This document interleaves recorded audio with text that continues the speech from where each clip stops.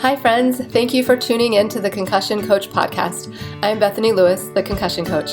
I'm a neurological occupational therapist and certified life coach, and I specialize in guiding people through their concussion recovery journey. I am passionate about helping people understand their injury, speed up their recovery, and reclaim control over their life post-concussion. The purpose of this podcast is to help increase awareness of concussions and the impact they can have on a person's life, and to bring hope to people who have suffered a concussion and those who love them. I firmly believe that sharing stories and knowledge about concussions will bring important light and understanding to this misunderstood and often invisible injury. The information in this podcast is meant to bring that awareness and hope and is not meant as medical advice. The opinions shared are those of the interviewees and my own. If you are suffering with lingering concussion symptoms, I have created a concussion coaching program specifically for you. I will be your mentor to guide you through your recovery journey, offering help with understanding and managing your symptoms, setting achievable goals, and learning how to manage your own thoughts and nervous system in order to get control over your life again. If this program sounds like something that would help you or someone you love, sign up for a free consultation. In the consultation, you'll get valuable information and resources and gain hope for your future. Sign up for your free consultation at the link in the show notes or at my website, www.theconcussioncoach.com. Hi, friends. Welcome back to the Concussion Coach Podcast. I'm really excited for today's interview. My guest is a returning guest. Shannon Clark shared her story on this podcast a little while back. And at the time of this recording, I actually haven't posted that first interview that we've done. So I will let you know in the show notes of this episode what episode number that original interview with Shannon was. And you will want to listen to it. If you haven't yet, it is a good one. Shannon has over 20 years of experience consulting and coaching in the health and wellness industry for individuals and employers. In 2019, she suffered a TBI that altered the course of her life. Her recovery journey resulted in a new mission to provide effective and affordable recovery options for fellow sufferers. Today, Shannon runs Revive Coaching LLC, which uses coaching and a neurocentric approach to personally train clients, both internationally over Zoom and in person, helping brain injury sufferers live a full life. And after our discussion last time, we realized that we had a lot more to talk about. And one item in particular that is near and dear to both of our hearts is relationships. So we thought it would be a great idea to do an entire episode on relationship post-concussion, since this can feel like kind of murky waters sometimes. And as we were discussing how this conversation could go, we decided that we would want to do a deep dive into both relationships with spouses as well as relationships with parents and children. So we're going to make this more of a relationship series and do an episode for each topic. In today's episode, we'll focus on relationships between spouses or partners, covering general principles that play into these relationships, as well as tips for navigating that relationship when one partner has a brain injury. So this podcast is really for both concussion sufferers and their partners. And just to give you guys a little bit of background as to why we want to talk about this. I actually started my coaching career in family relationships coaching. So I really love helping people improve their connections with loved ones. That just seems so important to me. And I really am passionate about that. And Shannon is a wonderful person to have this conversation with, because she is also a relationships coach and has had the lived experience of having a concussion and navigating the relationships with spouse and family and friends as a TBI survivor. And then one of her daughters, actually two of her daughters, right, have had concussions or brain injuries. So Shannon has also had the experience of being a parent of children with traumatic brain injuries. One was from long COVID and one was a concussion from gym class, I believe. So yeah, Shannon has seen the relationships piece from all sides. So thank you so much for being with us today, Shannon. I'm actually really genuinely excited to see where this conversation will take us. Me too. Thanks for having me. Yeah. So let's just start with a little bit of more on your experience with relationship coaching. What got you interested in doing that, and what have you done with it? Why do you care so much about it? Well, I've always cared about, the health and well-being of people. And, I've never considered relationships as being a different subject than that. I've always have seen that as an integrated part of that and an essential part of that, and the way we connect with other human beings. And so it's kind of always been there and a value. And so I've always sought education in it. It was always part of, when you do coaching, relationships are going to come up. I mean, that's an essence of every person and their challenges and what they care about and their goals. And so, when I was a consultant in employers, even one important thing to understand was what is an interest of those employees and what do they care about, when you're helping an employer, meet their culture change goals and help them provide resources for their employees. And when I did that, I would always put different relational aspects into those surveys. And the top three things were always, very predictable. Of course, there'd be some combination of weight loss or exercise, stress, or I think that was their way of clicking mental health, interest, and relationships. And so there was always this aspect of, if you're going to equip for people for more success in life with whatever they're going to accomplish, their relationships are a major part of that, for better or worse. And even now, even going into the brain injury part, I don't personally see them as a separate subject, although I think most people do. But in essence, you have a nervous system, right, who's a major factor in the regulation of that nervous system. I know we're working so hard to regulate it in communities, but a major factor of that is what's happening in their primary relationships, whether or not they sense that they belong and are loved. It's like, the brain has priorities, keeping you safe and alive. And if that's met, then it's, are you connected and do you belong? And that affects everything. So I don't, it is a part. And I would probably take it further to say, if you're ignoring that, then you're ignoring a major player in the outcomes of that individual in any area of their life, whether it's a brain injury or not. Yes. So foundational. I feel like connection is one of those core pillars of health. Like, one of the most important things is having positive connections with others. It is like exactly what you're saying, for the nervous system, necessary. So I think this is a key part of everything. Yeah. Well, how about you? How did it feel like it landed for you when you? Oh, I think just naturally, I love people, and so I love like relationships in general, and then one of the like a peacemaker person. If other people are having issues in their relationships, that's like for some reason distressing to me. And so finding tools that can be helpful in helping people improve the relationships and the quality of relationships with people around them just really is something that I love and care about. It's important, I think. So it's been really helpful learning the coaching tools that I've learned, and then seeing how those play in with, especially as the relationships that get strained through dealing with a concussion, because that really does impact so many things and so many people. Yes. So this conversation that we're doing here is we're going to try to have it be more of a conversation as opposed to like an interview style. So we're just like talking about all these things and what's so important to us. Yeah. I do want to add there, like, I think it's just this empathy, relationships right now are less urgent, right? Like, it's like people are in crisis with this brain injury usually. And it makes sense that figuring out how to solve relationship problems can be pushed aside. And I think that's, also why we talked about doing this podcast, because, well, at least there's something, right? You might not be able to make time for another appointment with another person and coordinate all of that, because it's just so overwhelming. But having some easy options that people can at least listen to is hopefully supportive right now. Yes, absolutely. And that's one of the reasons I love the podcast.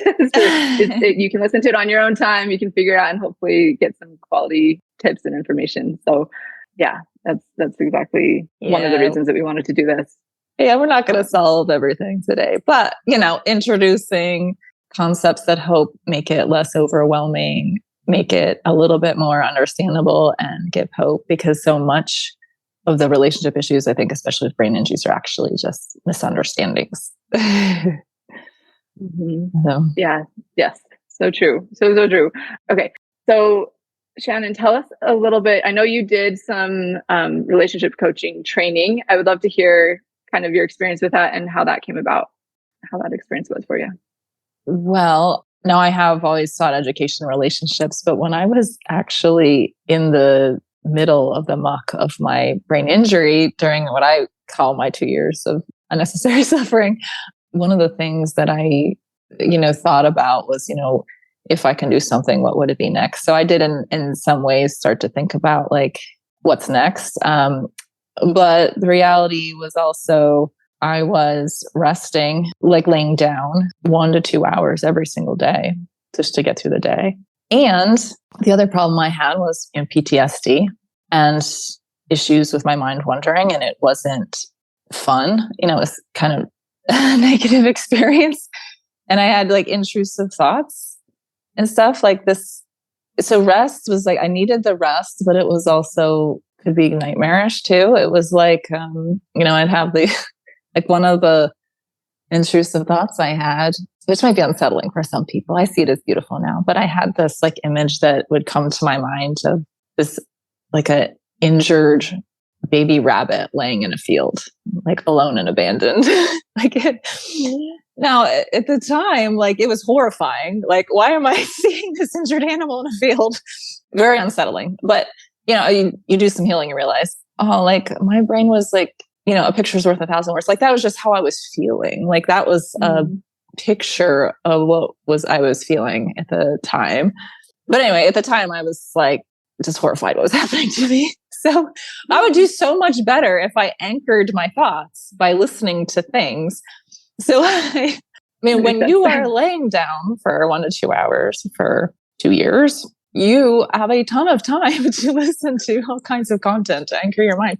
So, it is amazing actually what I got through. And of course, I'm sure my attention didn't stay focused all the time. I repeated things or whatever, but I really, really wanted to anchor my mind. And I really, really needed it to be positive and future focused and really something that I cared about. So it was actually doing the Gottman trainings, listening to it, converting a lot of PDFs to an audio format and doing that whole thing. It was actually an anchor for my mind too, to get through the training. And I do think like it also helped me to keep a part of me alive, and feeling like I had a thing that I was productive with and not just totally unraveling. So but it did, right? Like it was a beautiful thing that did support me and help me in so many ways. It helped me to understand things better that were, happening in my life with relationships. And it certainly equipped me to much better so that when I moved into more my, my new 0.0 version of myself after my brain injury, that I was more of like really back. I was going to be like really a new 0.0 with these new skills, major upgrade with all of that and ready for that next thing. So, it worked out. So you did your training through the Gottman Institute, and that was a helpful thing. Yeah. So if people are interested, that is a well-known research as well as training group that just does a lot of really important work in the relationships field. So I knew I was going to add it. Like it just isn't my primary focus now. Like right now it's still like that urgent. I still offer it like as it comes up with current clients, but I'm not like proactively actively, hey, I'm a relationship coach. Like that's not technically my audience. Like it's more like I want to support the people. And I feel like, I saw the movie Titanic early this year, and I saw the scene where the boat, when all the people were in the water and they were all like dying and drowning and all this stuff. And the one boat went back for the people. And it was like just really touched because I felt like in that moment, like that's kind of how I feel. Like it's like I was lucky enough to get out of that trauma. Like I survived, I'm doing well. So I got into the boat, and then there's other people, they're not in the boat. We got to get them out of the boat. Like or get out of the water. Like this is the urgent thing. And I'm sure many people can relate to that. Like it feels like we got to get over this injury. We got to get recovered. Like that's the urgent thing. And relationships are important. And I, will build that in. It's just so urgent. Yeah, that's sort of where that's all fitting. And I will, include the relationship descriptions and stuff.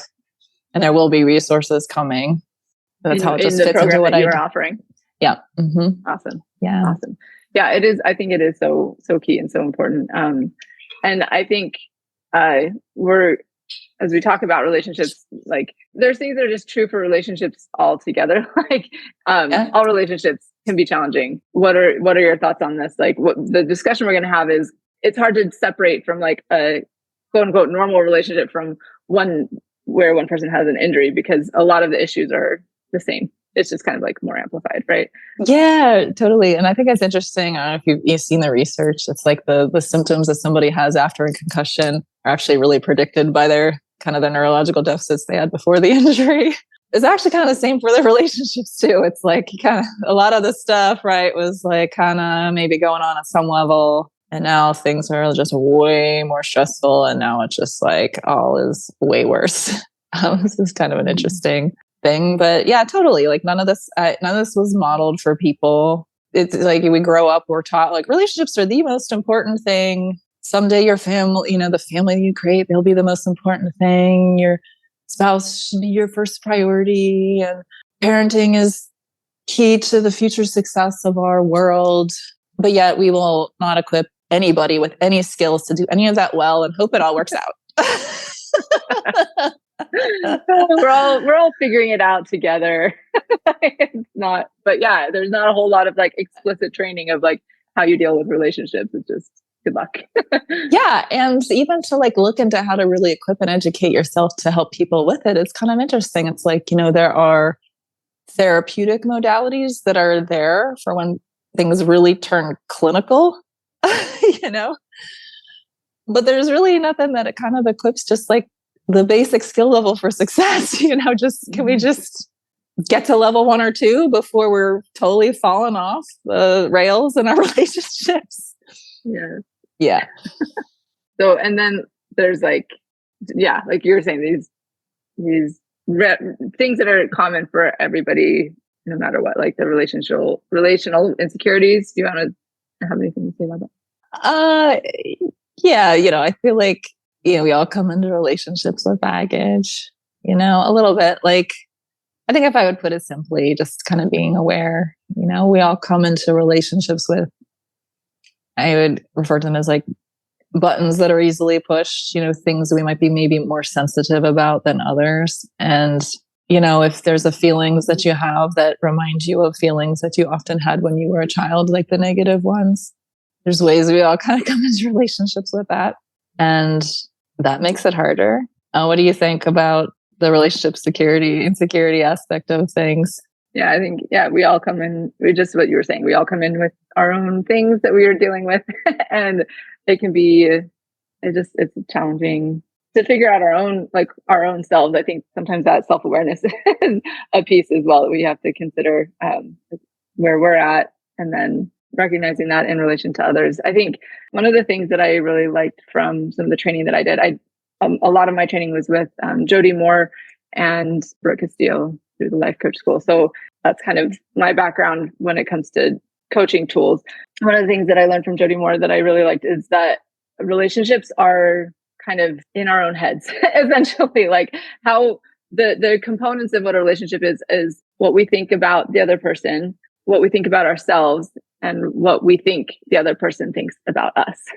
And really, like, that is because we can, there are all those like memes and funny things with, a husband and a wife, and she's like all worried about what he's thinking and like she has all these things going on in her head, and then it has like his thought bubble and he's like thinking about dinosaurs or something, right? Like it's just, our relationships are definitely not cut and dry and easy to define. It's like, it's how we're thinking and feeling about what the other person is thinking and feeling. And it's helpful to remember where our power lies. And that is, we only have control over ourselves, even though we think that we have control over other people and we want to have control over other people. But I think that's really a key part of recognizing when challenges come up or whatever. Like, we just need to know, is this my business? Is this your business? Or is this God's business?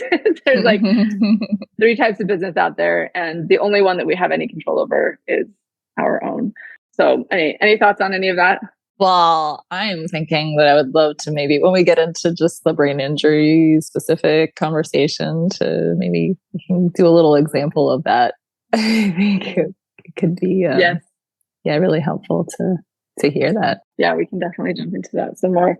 One other thought that I have just is in relationships in general is how important co-regulation is. And this is kind of on the nervous system side of things. It's when the influence that one person can have on another person's nervous system. And we naturally like are picking up on cues from each other. And if one person is really like grounded and solid, that can be really helpful for someone who's feeling less. So it can, that co-regulation piece is key. And healing happens in connection.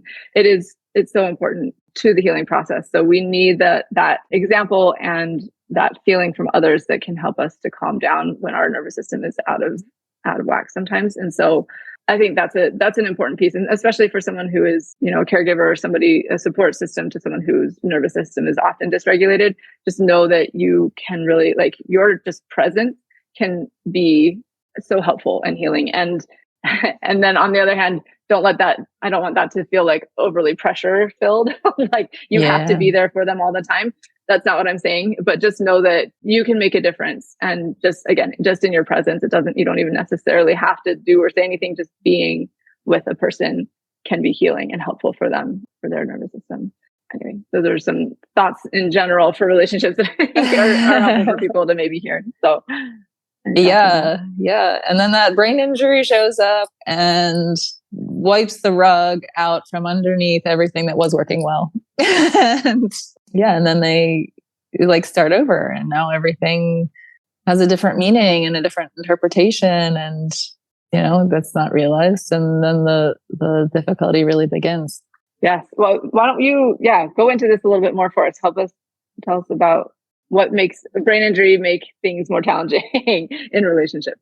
Oh gosh, so many ways. All the ways. But definitely talk through some different angles, because a lot of them are just like different sides of the same coin. But one of them, I think it's just, some of this conversation is also helpful for all relationships, doesn't matter. But what we may not realize is one of the ways that connection is formed is, all day, every day, there's these little exchanges or passing back and forth of these like moments of connection, ways that we just feel more connected to a partner. And I think you can feel it in your system if you feel connected, to your closest relationships or not. And you can really notice when that disconnection happens. But there's all these ways that happens. And in order to really catch them well and to participate in that little exchange, you have to be attentive and present. And a lot of conflict in relationships happens because of these little bids for connection that got missed, to refers to as. They can be missed or just not noticed or misinterpreted, and it causes a fight. But just imagine, so even in like a healthy brain, like if you could say, what percentage of my day do I think that I could be present with my partner enough to kind of notice and engage with them in an attentive way that would keep us connected? Like, what percentage of my day do I think that I could do that well? Right? Like big, but like, I would say like maybe 25%. But just for the ease of math, I'll say like, let's say I'm amazing at this. I'll say 50% of my day, I can be fully attentive. But imagine then my partner is also amazingly awesome. And then he can also do it 50% of his day. Well, if you multiply those, if you put the factors together of the odds of this happening, actually the odds of us connecting well during the day are 25%. So even in a healthy brain, right, like these little bits happen. And so now you have, so the odds of it really transferring well are kind of low, just because we have a lot going on. We're distracted. We can be stressed out with what's going on. But I think just knowing that that's happening, and, I think so much of this is like, we can think that somebody meant to do something, but really it's just like this mercy for the fact that life is hard. And so this exchange might not be happening, or it could mean something totally different now, or whatever you need to do to stay connected during it might just totally need to change because the old things aren't going to work anymore. And so you can end up feeling really disconnected. And, and both partners can be totally dysregulated. I've talked to partners where it's like you have the brain injured person and their partner can be more dysregulated than the injured person. I don't know if you've ever seen like stuff like that before. It's like they're really sharing, right, this in many ways.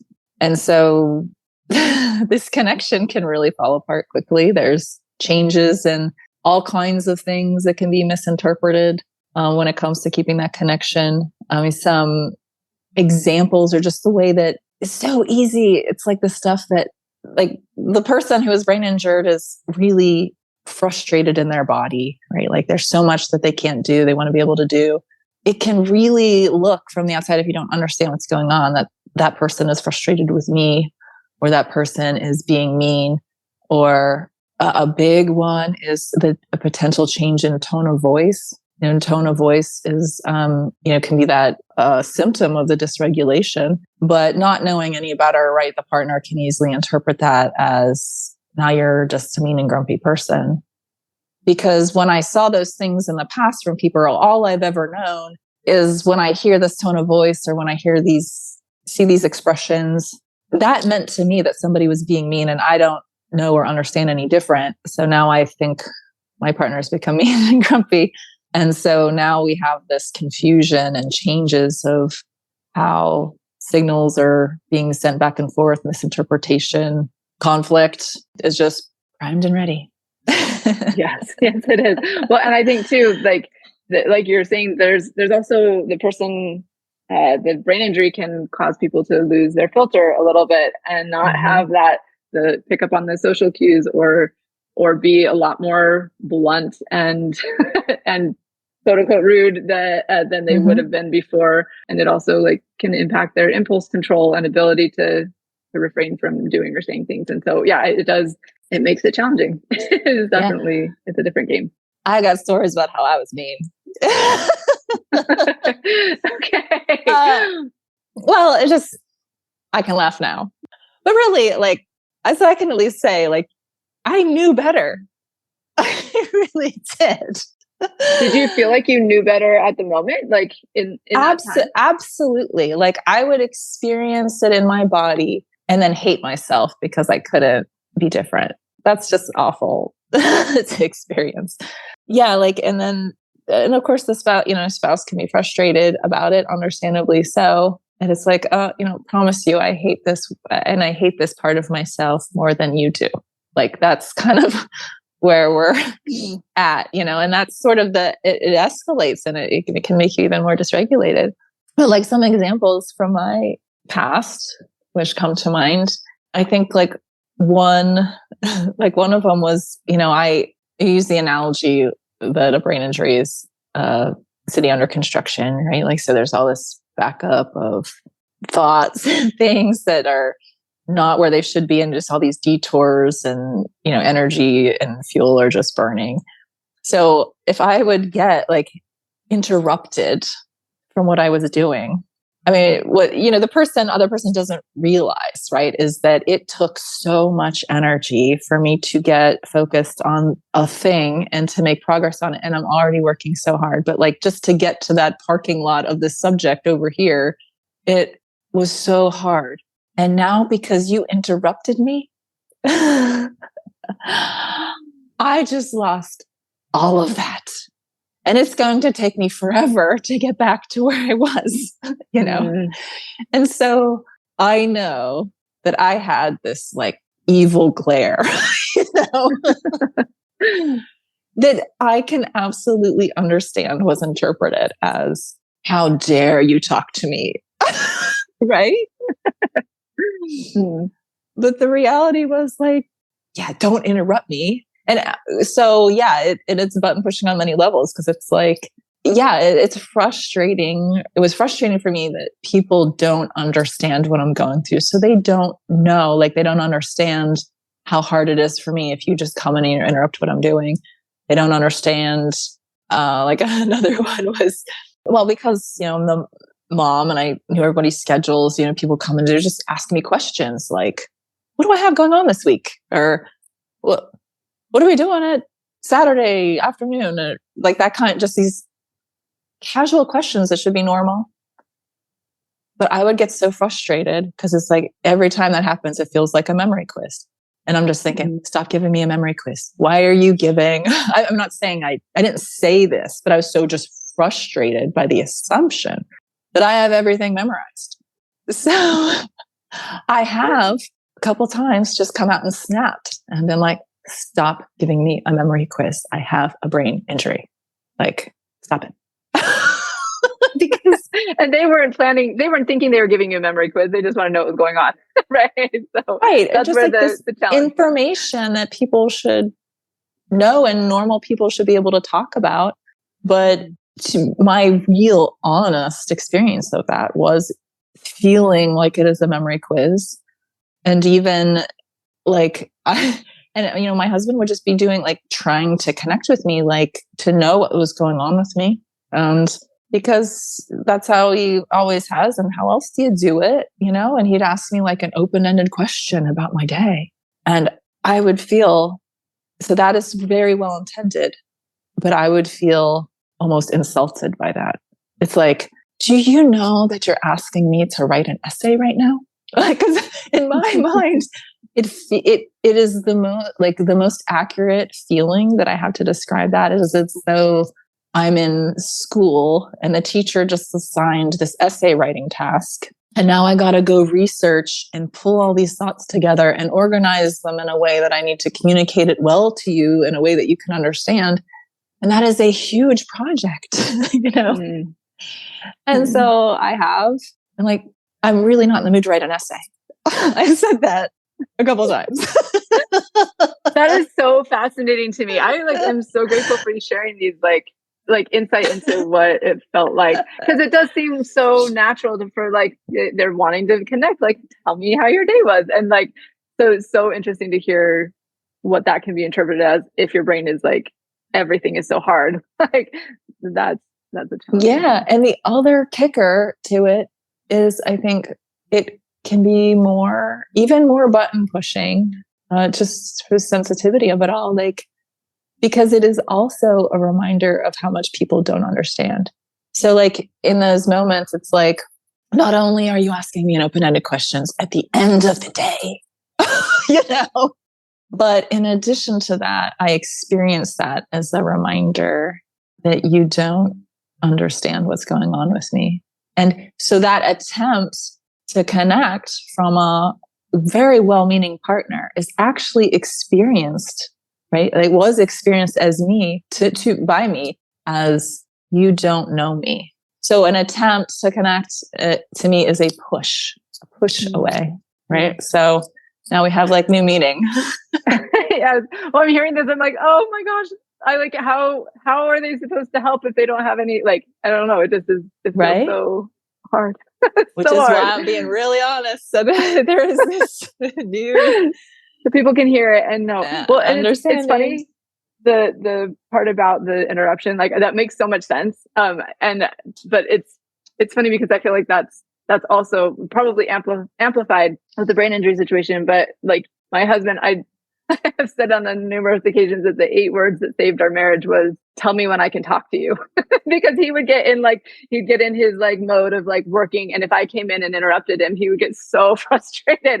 And I don't know that he has, he's had some hits to the head, so maybe he's dealing with some stuff from the past, but even that, it's just I can relate to that, even not in the brain injury realm necessarily, but that is actually a great tip. I know we'll probably get more into the tips for solutions at the end, but that is one to put in there, is you need to find time, right? Don't just throw it at people, but the time to talk or the time to have those conversations. Just don't assume that someone can right now. It's not available anymore. Yeah. Super, super interesting. And the part about having to write an essay, I think that's a helpful analogy. So thank you for sharing that. Super, super interesting. Yeah. So is there more that you want to share on as part of this? I feel like we have some more. There's so much. Much. Right. The ways that these relationships change and things have new meaning. Well, we could go into next. This is a big, there's so many ways. I would love to hear your thoughts on what are you seeing in terms of what are the ways that the landscape has changed for them? So what's new for them in just their lives now that this brain injury has come? What they're kind of forced into different roles, and what does that look like? Yeah. And it can look, in talking to so many different people, I feel like it does depend on the relationship, but there are probably some generalizations of just the fact that somebody may need a caregiver, and that's a new thing. They're not used to needing someone to take care of them, and their spouse or partner is not used to having to do that for them. They may be used to being a caregiver for children or for other, maybe aging adults or something, but not for their partner. So that the partnership feels strange and different because that dynamic has shifted, at least temporarily, right? And it changes people's ability to work. It changes people's ability to have patience with their kids, with their spouse, with other, when someone's constantly in a state of dysregulation, that tends to have everybody else around them walking on eggshells. We don't want to set them off. They're what's gonna happen if I say the wrong thing or ask the wrong question, right? It's hard. It's hard on everybody. And then your point about you could see it happening, but was it that you felt like you couldn't stop it? It was just, how was it? Well, I would say in that moment, right, where I'm yeah, like, please don't make me write an essay. It felt just honest. Like, it was really, like, to me, it just really felt like an exact representation of where I was at. And I don't have anything else to say. Like, but then I'm also feeling like I hate that it is so. I hate that it is so, right? Yeah. Kind of at the same time. Yeah. I feel like it's helpful maybe for people to hear too, that when you're in a dysregulated state, your nervous system, like your higher thinking brain kind of turns off. You're in that like survival mode. Your brain is not focused on patience or worrying about the relationship. It's just trying to keep you alive. And so it makes sense, like physiologically, that you're not making those connections like you were, because your body feels like it has to protect you and just to keep you alive. And so I think if people can understand, both the person dealing with it and their loved ones, that it's physiological, like it's not a moral judgment of you because you're having these responses. That doesn't mean you're a bad person. It doesn't mean that you don't care about people. It just, your body and brain are trying to protect you and keep you going. And so it makes sense. And to try to like give yourself and other people like all the grace that you possibly can. And just, I feel like choosing to believe that people are doing the best they can, even if that best looks not great, can be a really good way to go in life, in relationships in general, but especially in this situation. Like, just trust that they're behaving quote unquote badly because they feel badly. It's not an indication of who they are. It's what they're dealing with and how they're responding to that. I think that can be hopefully a helpful perspective for people. I don't know, but I talked to, and we can talk about this, I'll probably mention again when we talk about children, but I talked to a couple of teenagers recently who were telling me they yell at their mom, or like they get really frustrated and irritable specifically with their mom. And they both said they felt really bad about that. They're like, I see myself doing it and I feel like I can't stop it. And I hate that I do it. Like, I don't want to be doing it. It's just coming out. And so I don't know. I have a hard, like, I do believe that people, like, agency is a thing. We have control of ourselves. We want to, like, but also if you're having a brain injury, sometimes you don't. So I think it's a balance to find. And again, a lot of like love and grace and patience, which is easier said than done sometimes. But yeah, I mean, the roles have changed. I'll just like kind of summarize like what we've been talking about, right? Like the problems, right? The roles have changed. Roles, ROLES, and nobody asked for that, right? So you have two people that are each frustrated and injured in their own way. It's different, but they're both suffering. They're, unable to probably resolve any of those conflicts, likely walking on eggshells, like what you mentioned, and there's also like biases at play, there's just some things that it's just one more thing, like there are really well researched biases that when, we do things, we understand them because they're our experience. But when other people do things that are a little off, we tend to interpret that as their character, right? Yes. Well, just throw that on the brain injury too. Like, oh, that's like the last thing we need right now. It just, it makes it all worse. So yeah, maybe we should start talking about solutions.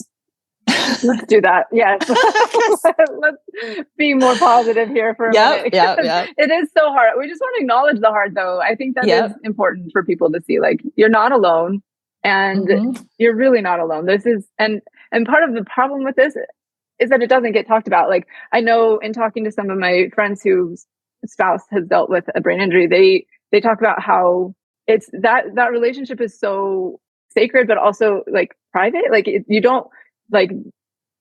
I've had a couple of friends whose husband has had a brain injury, and I've heard them say, like, I don't feel like I can talk to anybody about it because I don't want people to think badly of him.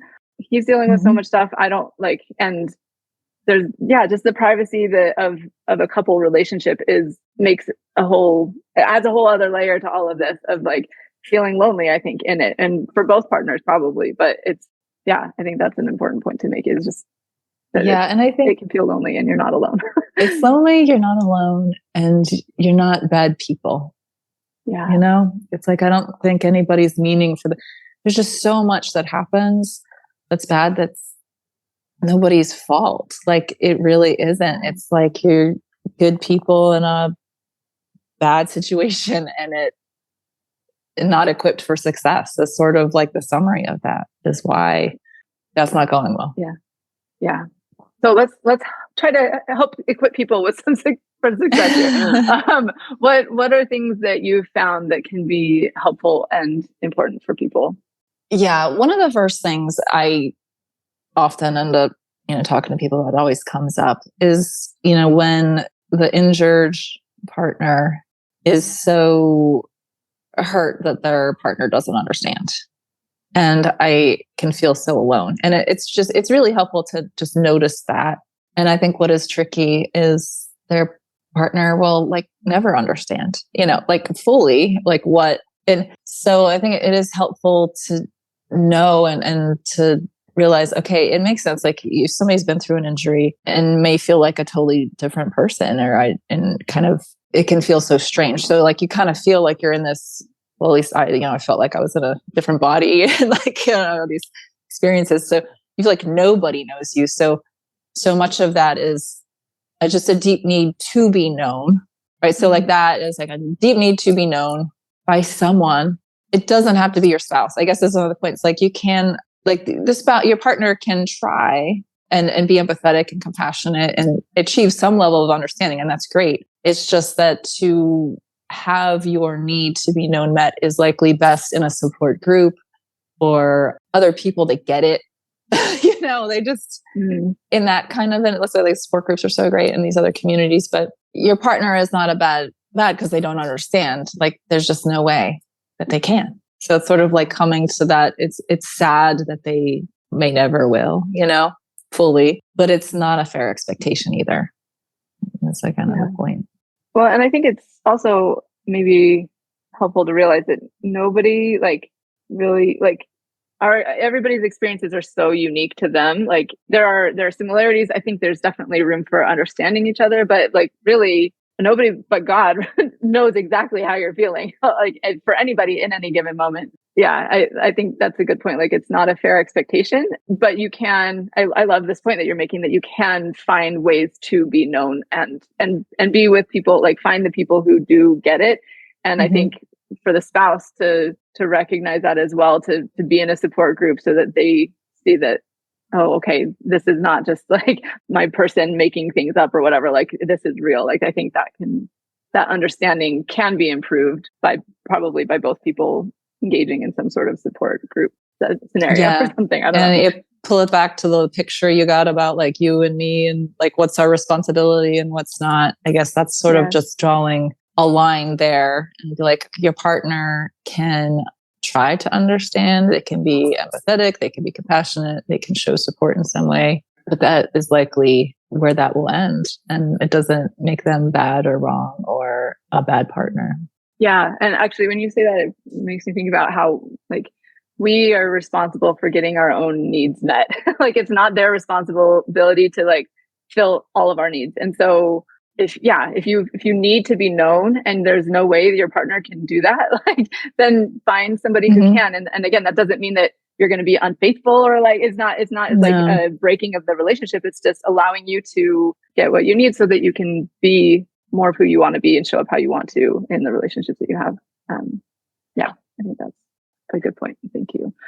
Yeah. All right. Tell us what other things, how can people deal with communication? Well, I think one tip would be knowing that it's just stressful to communicate at all. So how do you take off some of that stressful load? And I think it is just good to, at a time that you determine when people can talk, to have a little bit of a problem solving around it. That's just mutually understanding. Like it's frustrating for both, but what can we do about it? I mean, some things are like, having a plan or an agenda for when, and also like buckets, like don't make conversations that are problem solving longer than 20 minutes, like just, and come up with really simple ideas. Like I love code words. Like one code word that I've had in my marriage is because it kind of got to the point where I'm like, I don't want to be mean. Like, I don't want to say how I really feel, but if I just say, I don't know, if I just say, I don't know, you take that to mean I'm too tired to talk about it right now. Like anytime I just say, I don't know, but then you know what's going on with me. That's something that you can kind of receive. And I think even just a code word that just, because it doesn't, we don't have to have a confrontation every things are going off the rails. This is kind of a unrelated cute story that's at least memorable. When my twins were around 7, I think, one of them they were bickering and I was intervening. And one of them said, Mom, do we have to have like this kind of conversation every time? Because we bicker a lot. Like, it was her idea. She said, can we just have a code word and then we just say it and then we can just like adjust? But then this was so wise. She said, but it has to be funny so we don't feel bad. Oh. And I was just like, I was just so touched and moved and inspired. I'm like, absolutely. And, of course, it was a potty word because they're 7 and I won't embarrass them by saying what it is publicly on a podcast. But enough to be funny to a 7-year-old. Let's put some ideas in your mind. And we'll still kind of trickle that into, and we kind of come up with funny ways to say it. It's just sort of like a whispered in the ear, or I might like write it on a sticky note and pass it or something. So like something like that, that's like, okay, if we have an ongoing pattern. So like, I'd say that's the other part of it is get out of the content of whatever the problem is and step out and look at the patterns. Those are repeating. And then just talk about the patterns. Like, hey, when this happens, we're kind of like doing this thing where we start bickering. And like when that happens, why don't we just have a code word and shift out of it, just stop it. And then we know like there's mercy for it. We kind of get that this is kind of happening. We can just shift, right? Like we don't have to blame. We don't have to hold some kind of confrontation because you're not like, we can just like have mercy that we can get really dysregulated, but do something that's loving, that adds some connection into the mix that kind of might pull us back. Or like I know there was a couple I was working with where, the husband was brain injured and would just like totally never stop talking, and it was really embarrassing for the wife. And, so she would just very lovingly, so not a confrontation, not an embarrassment, not an argument later. Why did you do that? It was just like a nudge, like so low, like maybe like a loving gesture, a whisper in the ear. I don't even remember what the code word was. And he'd be like, oh, sorry. Like I didn't realize I'm doing that, Just so like the self-awareness happens. Like that's a good idea.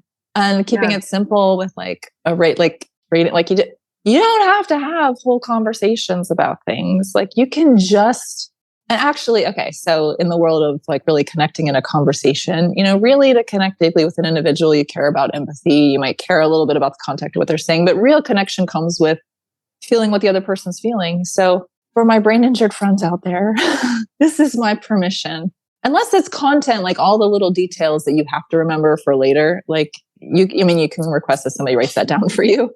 But like to really listen and connect, you don't have to know like all the details. Like if you're at least connecting with what the person is feeling and maybe an idea what it's about, like you can just reflect that and you're actually capturing the heart of what the person's sharing.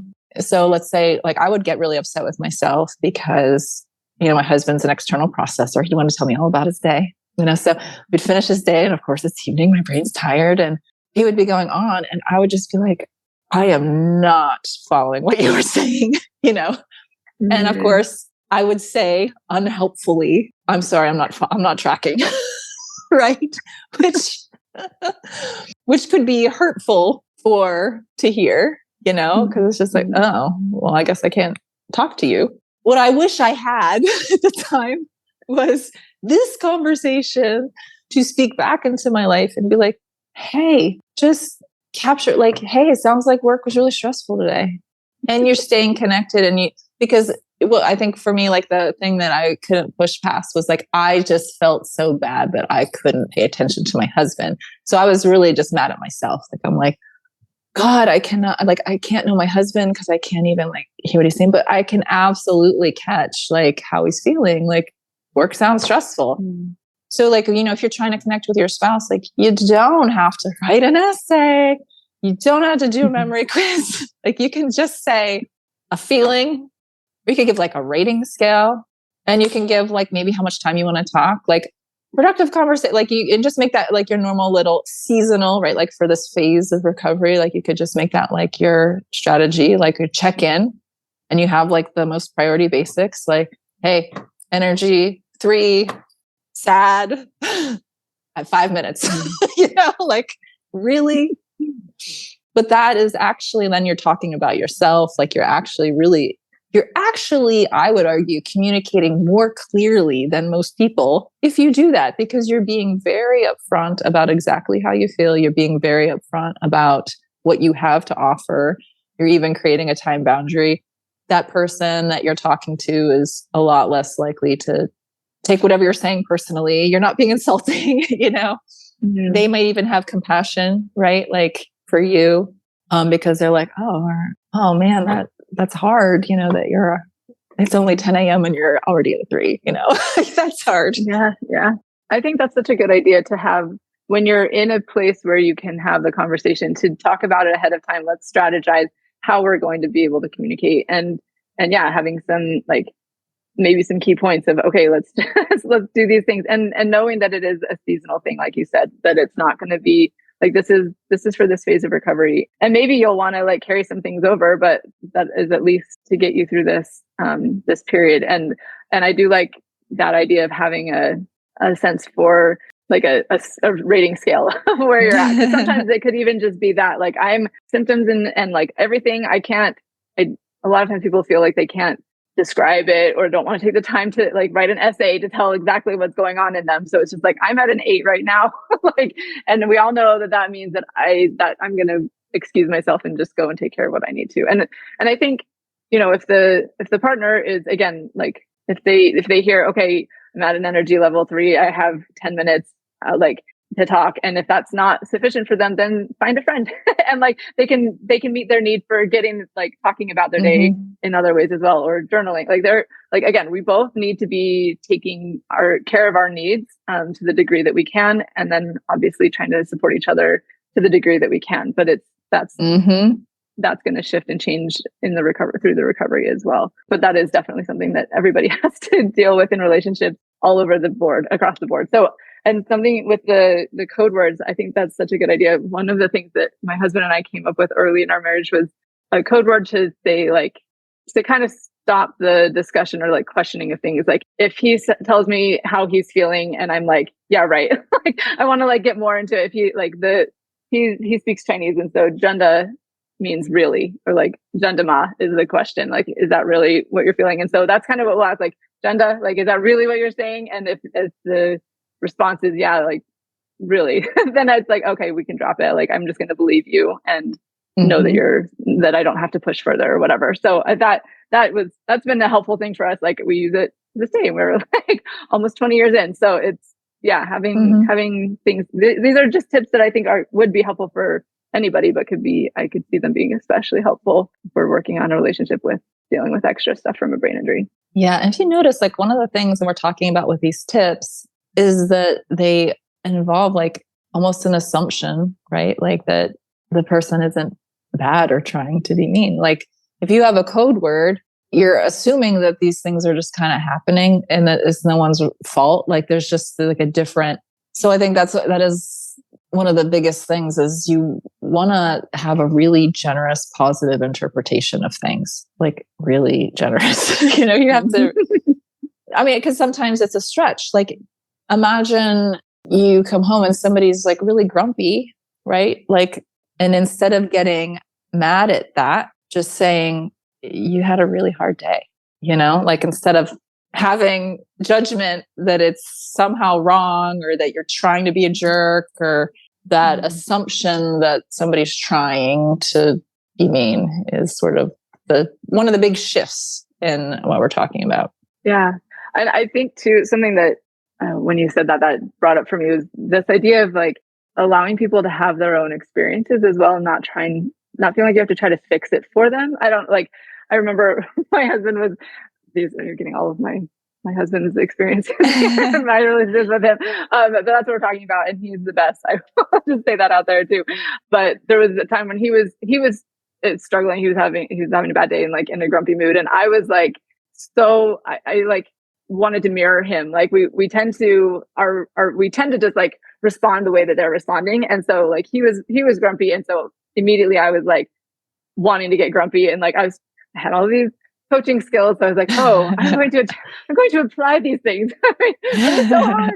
But like, it really did take like, finally I got to a point where I was like, all right, I'm not going to try to fix it for you. Like I was like trying to like help him see things differently and all this stuff. And I was like, I can't do this. I'm just going to, you do you. And I'm just not going to worry about what you're feeling. And he was like, thank you. He was like, that's what I need. Like, just let me have my space to like have my emotions and don't try to fix it. So that might be something that could be helpful for people to hear. And it was helpful for me too, to be like, because then I could let go of that. And again, focus on my business, which was how I was feeling. I can't control how he's feeling. So it was like, okay, I'm just going to deal with my own emotions that are coming up, because apparently something's happening in my head and heart as well. So right. I was working through that and let him work through it. And sometimes that's what we need. It's just a little bit of space holding for each other. So, and the same, like some of these assumptions that become more positive are like, like we're, two good people, but we're having a hard time, right? Like when you believe that, you start to behave differently and treat that person differently. Like, oh, they're just allowed to vent, or, and I know, I feel like I have to have this caveat. It's not a free for all. I know, boundaries are important and all this thing, but generally speaking, I think like when you understand what's happening in a lot of these relationships where the brain injury is involved, it's typically more like the connection tank is empty and people are kind of acting out of that because they're so desperate for connection. And they could have terribly destructive skills with it. Like it can come out like criticism, like, I feel so lonely and unknown. So therefore it's like, well, why didn't you do this today? Why didn't you call me? Why didn't because I feel so lonely, And so, I think like just being in touch with what you need and knowing like, we're probably really lonely. And actually what we need is more to like connect. And a lot of the negative stuff might take care of itself when we feel more connected, because then we're not acting out of that. I can see though that it's hard with somebody's like, well, why didn't you do this? Why didn't you do that? And like asking for it in that way, then that tends, my initial response to that is like, well, I'm not getting near you then. If everything I do is wrong, then I can't do anything right. I'm just going to like pull away even more. So I could see how that could play out. So I think like you said, just both trying to like, again, believe that the other person is coming from a place of goodness and just like needing that connection and trying to find the ways to connect despite the issues that are happening. I think that is important, challenging, but important. Yeah. And it blends right into, I feel like, maybe I've already said it's like, if I could pick one thing, I might have already picked a few things, but if I could pick one thing, I feel like, that there is this, on this belief, like they have to learn how to, what you're saying, like hold space for each other. So I feel like we kind of can talk about that whole thing where you have each partner has been affected by the injury in their own different way, but often like they don't feel comfortable talking to each other about how they are affected by it. And I feel like that is one of the biggest keys that keeps people disconnected, is they each have strong feelings, but do not feel safe talking to each other about it. It's going to escalate into a conflict. The spouse of the injured person is walking on eggshells. The injured person is interpreting like if the non-injured partner is expressing any negative emotion about how they've been affected by it, the injured person can experience that as a lack of support. Or it could trigger guilt and shame for themselves. Like absolutely. I can see it just being so hard. That holding space for that, we both are here, could be a great next thing. But I think that is that shift of like, okay, like, and having some additional just grace and mercy for the fact that it is very possible that many people, potentially most, have not experienced relationships in the past where they have really experienced that space holding ability, right? And they really might need help with this because many people were raised in homes where they weren't free to have their own opinion, right? Like it was like, say, do what I say, you're not free to feel. And so you enter in a marriage and then feelings become a debate, right? Who's right? Only one of us is right. And don't necessarily have a grid yet for that experience of I get to be me and you get to be you, but it doesn't mean I'm bad. And so this is where you really start to practice and even see this imaginary division of like, I was affected by this brain injury, for example, and I have how I was feeling about it. And my partner has their experience of how they were affected by it. Both were bad, but they're different. And if my partner expresses how they were affected by it, like it can be so button pushing to hear that because you're going to feel like it was my fault or are they blaming me? And I might not have good boundaries to support and hold that space yet. And you might really need help with this. But at some point, that relationship to feel close again kind of needs to reconcile that. Like, it's like be able to acknowledge that your partner has been hurt by this. And, that just like compassionate expression. It's almost like if that's missing, you have just a pure disconnection there, where they don't feel supported by each other. And there's this separation. And then you can have people like the indirect ways of getting the needs met, like, well, you're not hearing how bad this is for me. So let me try to convince you, like, because you haven't heard like that they do understand. You know what I mean? You don't feel like they do. They haven't really shown that they do. They haven't expressed empathy for it. But so you really want to convince them that. So anyway, yeah, that can escalate. So you develop that or try to develop this like understanding, like, okay, there's two things that are true here, well, there's more than two, but there's two beings. And the fact that they're both suffering in different ways is not bad. And it can feel like a stretch, but you kind of have to be open to being like, okay, like having compassion for your partner and the way that they are suffering too. And then that can be a beautiful reconnection. If that makes sense. Do you think that people would benefit from having a third party sometimes? Like, is absolutely therapy or something helpful? Yeah, because it could be, and everybody's different, like potentially volatile, and likely one of them has PTSD. I mean, it could really be a big challenge to empathize with how your partner's suffering when you're completely dysregulated. Yeah, like, but showing some empathy for, like, to have the brain injured person be like, I know that you support me and you've been injured too. The fact that they complain or that they're having a hard time does not mean that they don't love you and that they support you. Like that is, they can do both. They can have both. They can love you. They can support you. They can believe in you, and they can hate that this is happening. They didn't ask for this role. They could be scared to death. Their buttons can be pushed because they're scared because they love you and they don't want to see you suffering. And that can all coexist without being a conflict.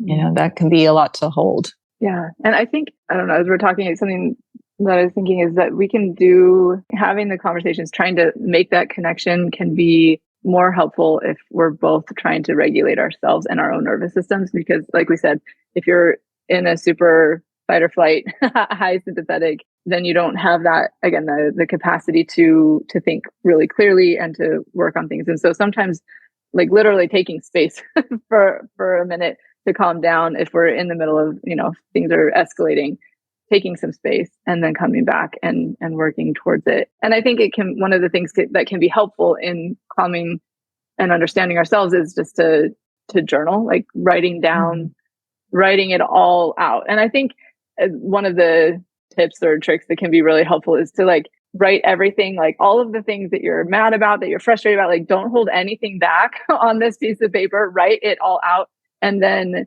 burn it or like shred it or something. Exactly. Like do something like can feel cathartic just to like get all of this stuff out. Because a lot of times, yeah, we're dealing with all these things and we may not feel like the partner is capable of of hearing it, or like it might not even be necessary for them to know it. It's just, we need to get it out of us so that then we can have a conversation or like, and that will hopefully also in that process give you some clarity about what is really happening for you as you're writing. So I think journaling is really, really an important and helpful thing. And if writing is challenging, then say it into a voice recording and delete it or something. I don't know. But I mean, that's getting it out. Yeah. It's beautiful. It's like, okay, if you know you're dysregulated, don't communicate your first draft. Yes. The first draft is just for you. Right. And your therapist. Maybe you're a therapist. Just, keep it in a really tight. Yes, exactly. Exactly. I love that. So we're going to need to wrap up really fast here. Do you have any specific things? I know we have a few more topics that would be really good to throw out there, but you want to do like a summary of the things that you think are most important for people to hear? Yeah, I'll make that really quick. I think one, because you made me think of, I was like, ooh, a great tip is to, if you have a smartwatch, you can set it to the setting where it alerts you if you have a high heart rate and you're not exercising. So you can set that for to go off at 100 beats per minute, which is a great warning because and then it'll go beep, beep, beep. If you're over 100 beats per minute, do not have a conversation. Do not. Do what Bethany said. Do what Bethany said and go figure out your first draft, your private first draft. That is your exit. You need to do the regulation thing, the self-regulation, use some calming tools. It's just, it's some extra help because you don't know, you really don't know. I was shocked to find how often I was there. How often you were over 100 beats per minute, and I didn't know after I did the setting. And I'd be like, oh, wow, if 3 kids are in the room, man, this goes off really quickly.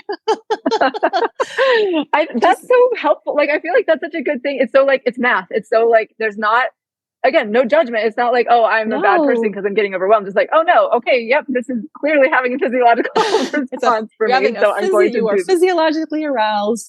There is nothing in your system. Your frontal lobe does not have enough activation. Exit. Yes. Retreat. Yeah, no, that's so good. That's so good.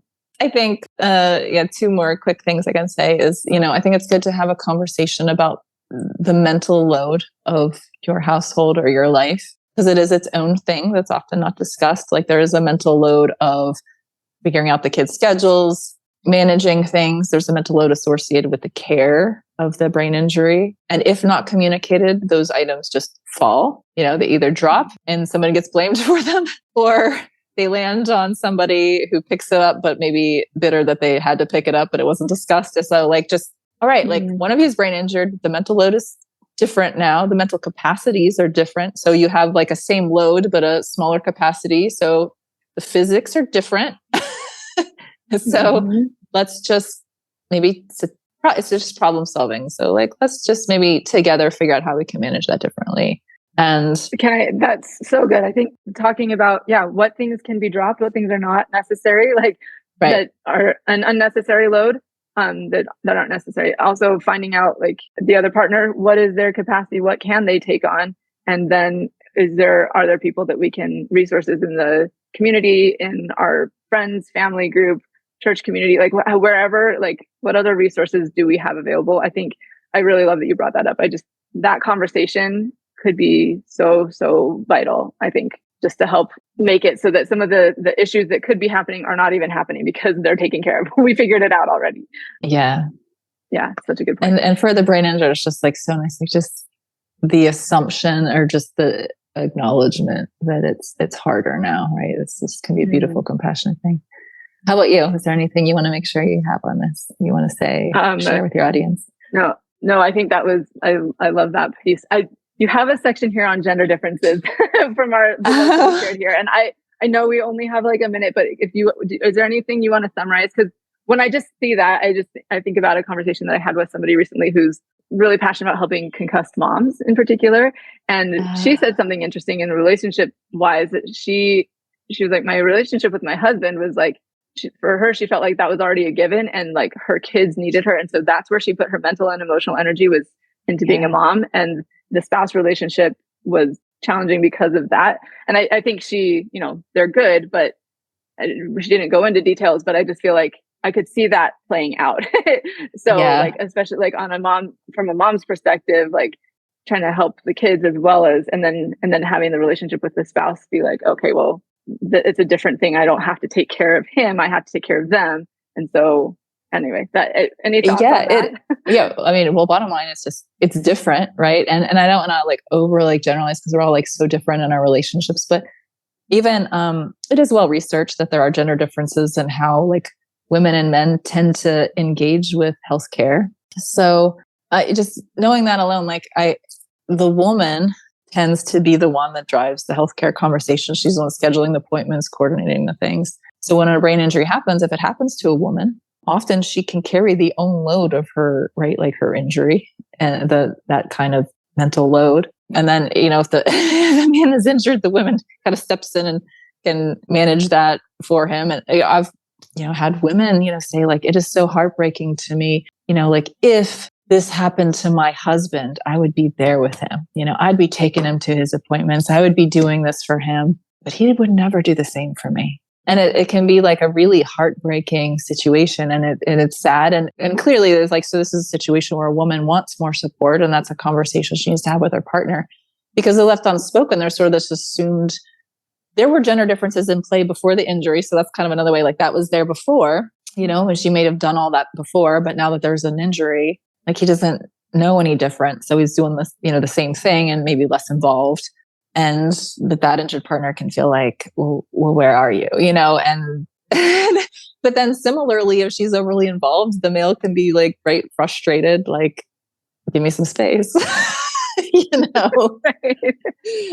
And it can be role reversal. I'm being very like stereotypical here, but just for the sake of the conversation, it is just different, and then like the pressures you feel, women already carrying the mental load, and how that conversation might need to shift, because women tend to carry the mental load in a heterosexual partnership. And so it's like, well, if there's a brain injury, like, what does that look like now? And that should probably be discussed, right? Like, just don't assume that because, a woman used to carry the mental load, or she did before, that she's might do it now. Like, now that she's brain injured, it's very, very hard. So, and scheduling your own appointments and doing this stuff, but I guess that's the thing, like have some mercy for that dynamic if it's playing out. Like it was there already. It's just that now you're brain injured. You might have a different need, right? So like, don't assume that your partner doesn't care about you because they're not involved in your medical care. Talk about it, and realize it needs to be different.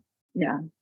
Such a good point. Thank you for sharing that. And an interesting point that I don't know that people talk about very much is like, the gender differences and like, and I think that just speaks to the broader picture of like, things are different now. The roles that we've been playing may be shifting, and let's figure it out together. I think that's really kind of the biggest thing is let's come together to the point that we're able to, when we're able to, right. And have those conversations, or just love each other. That's really always the answer. Right? Love is always the answer. Yeah. I would love to end with like just some unifying statements, it's like, just so like add words like this to your language, like that bring you together. Like we both experienced this injury in different and significant ways, right? Just like acknowledging that, like statements like that. We are two good people having a hard time. Another way of saying that would be, we're doing the best we can in a hard situation. Another way of saying that is, we're working together through different parts of a hard situation. Thank you for what you do. And it makes sense it's hard for you, like all like that kind of thing. Internalize that kind of language and try to, speak it into your relationship. Yes. And I think, again, going back to what we were talking about at the very beginning with like relationships being in our own heads, like this is how I feel about you, how I feel about me, and how I think you feel about me. Again, the things that we have control over, how we feel about ourselves and how we feel about the other person. And I think the piece of how I feel about myself definitely plays into how we interact with others. And that, we could do a whole conversation on loving ourselves after an injury. But like discovering who you are and just knowing that at your core, you are good, and it's okay that you're struggling with this. And there is another side. You're going to come through it. There will be a time where you're looking back at this, and like you'll have grown and developed because of it. And just, love yourself where you're at and love them. and let them have the experience of this that they need to, because it's hard for everybody, and give your both of you the space that you need to work through it, and then come together and share that space as much as you can. I guess is a good summary. Well, thank you so much for this conversation. I am really grateful that we were able to have it, and I hope it will be helpful for people. I think a lot of the things we talked about, again, will be helpful for any relationship, really, but especially people dealing with brain injury. These are important points to bring up. So we will see you again for another conversation. But thanks for this one. I really appreciate it. Oh, thanks. I'm so glad you listened in today. I hope you have gained some helpful insights and inspiration regarding dealing with and recovering from concussions. My goal is to create more awareness and education about concussions and the fact that there is so much that can be done to improve life after someone has had one. Help me spread the message by liking, commenting, rating, and subscribing to this podcast, and share it with others who would benefit from hearing it. There are more resources available on my website. And again, if you or someone you love would benefit from concussion coaching, sign up for a free consultation using the link in the show notes or at my website, www.theconcussioncoach.com. Thank you. See you next time, and take good care of that amazing brain of yours.